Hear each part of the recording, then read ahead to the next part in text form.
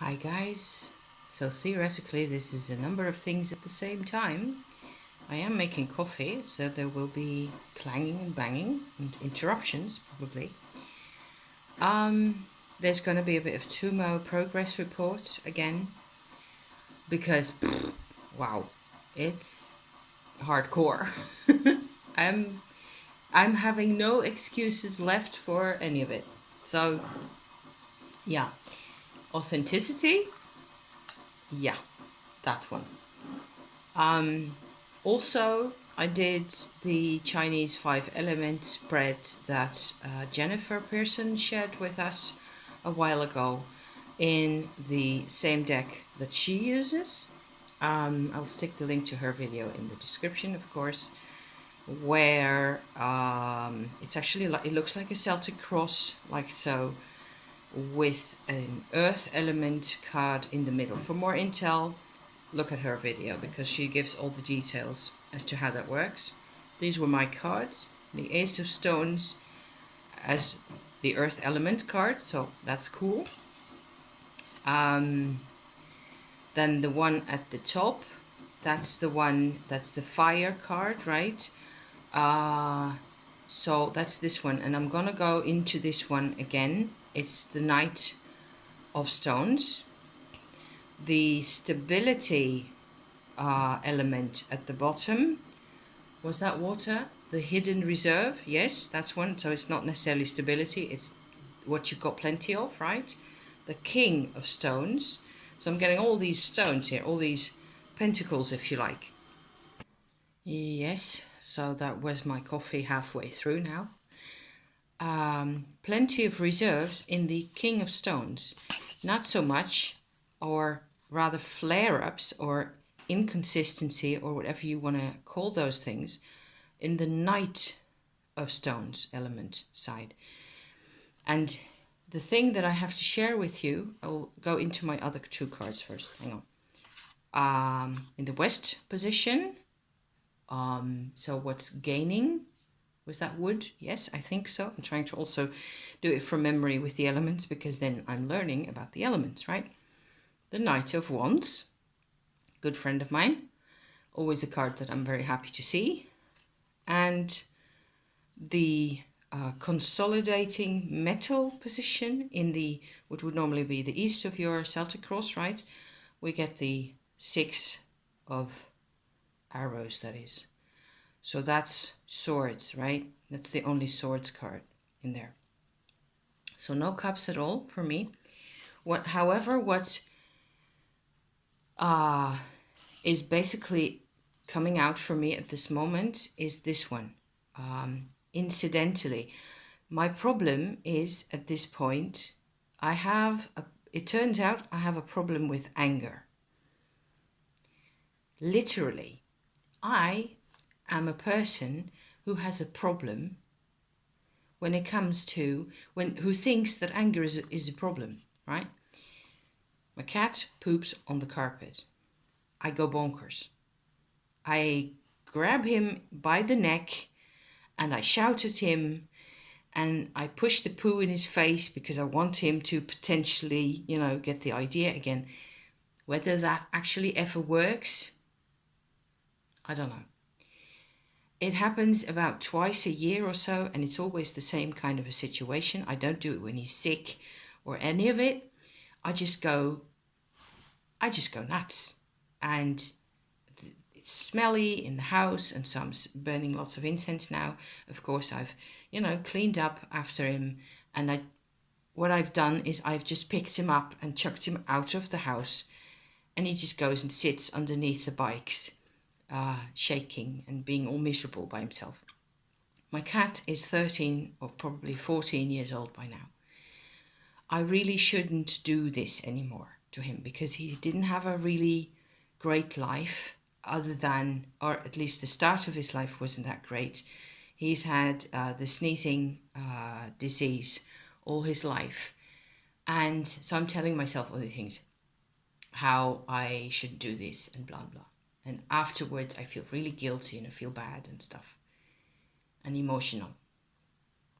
All of which leads me to think of a different interpretation for my Knight of Stones here. And if you look closely, let me see whether I can show this to you properly. Like so, you can see there's two wolves right there. There's a normal looking wolf and there's a wintry wolf who's got these red spots on him. And in between is like a stone that has a hole in it where the sun shines through, or the moon, if you like. I was looking at this just now and I was realizing that, okay, so I have an outburst. I react to this situation that makes me uncomfortable, very uncomfortable. I resolve the situation. I let the cat back in. I talk to him. I turn up the heater. I give him a bit of food. And, you know, fawning in order to get back in his good books. Yes. Which is easy because he's purring the whole time. He has no grudge with me. So, you know, getting all emotional over that. And then I was sitting there and I realized, okay, so I have a problem letting this go. I have been in this state and it takes me a while to come down from this, just like it takes my cat a while to relax. He's lying on the radiator over there, sprawled out, and he's completely comfortable and he has no bones broken or any of it. And he's kind of forgotten, more or less. And it doesn't happen often enough for him to get traumatized, I think, from his behavior. Also, he's a very stoic-natured cat. So after, 10 minutes or so, or half an hour, when everything's settled down again, and apparently everybody's okay, and the mood has passed or whatever it was, he doesn't care. He doesn't care to remember. I do. And it makes me so uncomfortable. I have done quite a lot of Tumo work, especially this morning. And I've got all this energy inside me. And I'm looking at, so I'm really uncomfortable now. What am I supposed to be doing or thinking about this? What's the next step really for me? And then I realized basically, because I was feeling really miserable over this, I feel guilty. I am still angry. And I'm like, okay, so I have these conflicting feelings of being angry at myself because I was angry, basically. So all of a sudden I realized that it becomes a vicious circle, really. I'm angry at myself for being angry. And then after that, I sort of simmered down a bit, went out to the market to get me some shopping, came back, decided to make a video about this because it's like, okay, so let's just assume for the duration here, this is the anger, the wolf that comes out occasionally. This doesn't happen to me every day or even every month. It's just sometimes. And I suppose because I was all pumped up with this energy, with the Tumo energy, it comes out more easily. So there's the incident right there, the top wolf, right? But underneath is a whole system of me being angry with myself, feeling powerless, being afraid, feeling guilty, any number of those things, feeling depressed even. It's the wolf under the earth, okay? It makes sense to me, anyway. I'm hoping it makes sense to somebody else out there. It tends to. Occasionally, at some point or other, there's somebody who says, it makes sense. Thank you already in advance. What I realized also is that I learned this behavior mostly from my mother's side of the family. Because they're always blaming themselves, taking things out on themselves again, which is something I also do. where you think nobody's looking, nobody is minding other than yourself, going as far as self-hatred and all that stuff, you know? In a sense of powerless. It's not just a normal natural pattern, it's a cultural pattern. This is the natural part. This is the cultural part for me at this moment in this particular setup. So I'm rather impressed, really, also because of the stone that has the ray of light in there. I've actually visited, was it one or twice? I think it was just once in the south of Germany. There's actually a stone that looks like that, more or less. It doesn't look as square as this one. It's more rounded. It's really old.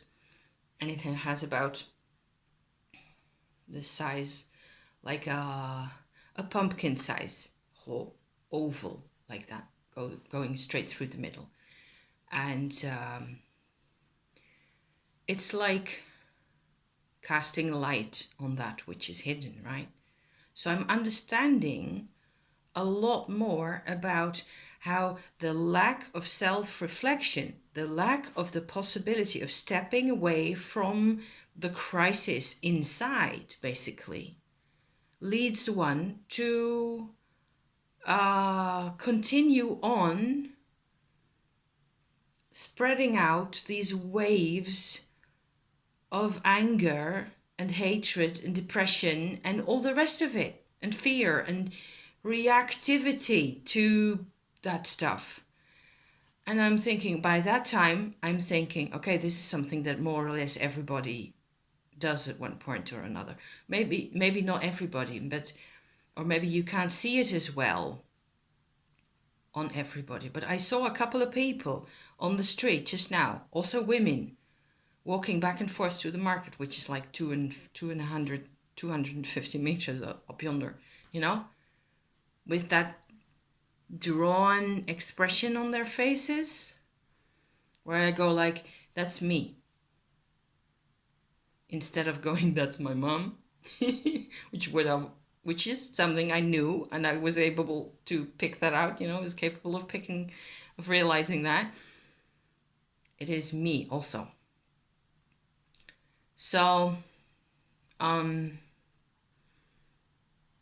surprised at the extent to which it turns out that it's something I learned. It's a learned behavior to criticize yourself, to be self-critical, nagging at yourself, rather than, I don't know, have a kind of a normal perspective. Okay, so I do this. Okay, so I don't like it. So what can I, you know, I made it up with the cat. How can I make it up with myself? Potentially by making a video and sharing the whole dirty, laundry, yucky business. And it turns out the Tumo is doing this. It's burning off all the gunk, right? So who knows? Maybe one day I will be free from all this. Would be nice. Thank you for watching. See you next time. Bye-bye.